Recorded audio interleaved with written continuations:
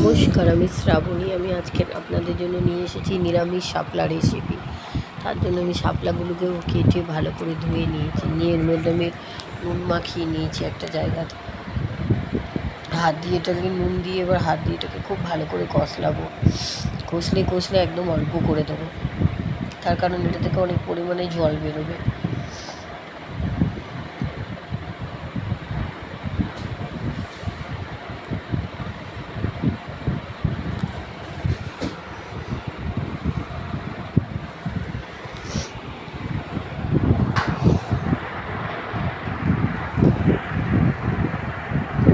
একটা অ্যালুমিনিয়ামের কড়াইয়ের মধ্যে তেল নিয়েছি। সর্ষের তেলটা গরম হয়ে গেছে। আমি শুকনো লঙ্কাটা দিয়ে দিয়েছি। শুকনো লঙ্কাটা কালচে ভাব হয়ে গেছে। এবার ওর মধ্যে আমি কালো জিরে ফোড়ন দিয়ে দিলাম হাফ চামচ। কালো জিরেটা ফুটছে। এবার এর মধ্যে আমি এই যে কষলে যে এত জল বেরিয়েছে, এবার এটাকে শাপলাগুলোকে আমি দিয়ে দিচ্ছি। দিয়ে এবার এটাকে খুব ভালো করে নাড়াবো।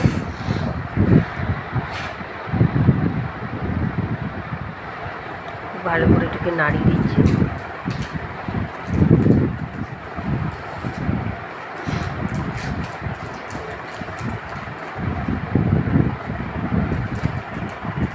এর মধ্যে আমি 3টে কাঁচা লঙ্কা দিয়ে দিয়েছি বুক ফাটিয়ে। আর কি কাঁচা লঙ্কাগুলোকে ছিঁড়ে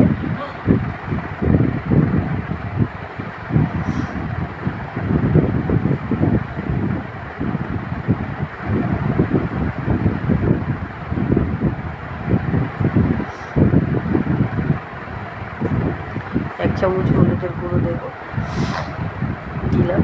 এক চামচ জিরের গুঁড়ো দিয়েছি। আর এক চামচ দেবো লঙ্কার গুঁড়ো, ধনের গুঁড়ো দিলাম, লঙ্কার গুঁড়ো দিলাম এক চামচ।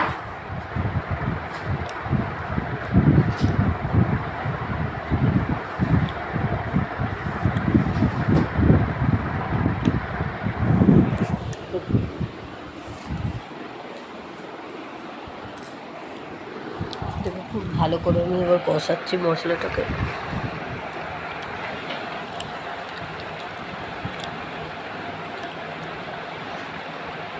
যেহেতু আমি অনেকটা নুন দিয়ে কষলেছি, সেই জন্য আমার আর নুন লাগবে না বেশি। তারপরে নুন দিলে নুন কটা হয়ে যাবে।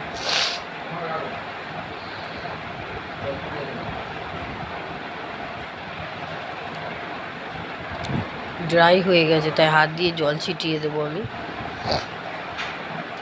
ছিটিয়ে দিয়ে দেবো জল।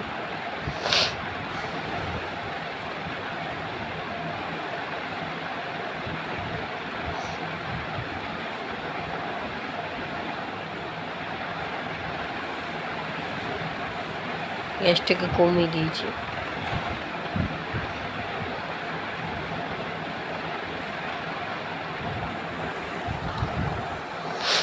আমার শাপলাটা আর একটু টানাবো, নামিয়ে দেবো। আমার কিন্তু শাপলাটা হয়েই গেছে। আমার রেসিপিটা কেমন লাগলো জানাবেন। এটা হচ্ছে নিরামিষ শাপলা রেসিপি। আমি চিংড়ি মাছ দিয়ে শাপলা রেসিপি দিয়েছি। ভালো লাগলে চ্যানেলটাকে লাইক করুন আর অতি অবশ্যই সাবস্ক্রাইব করে দিন।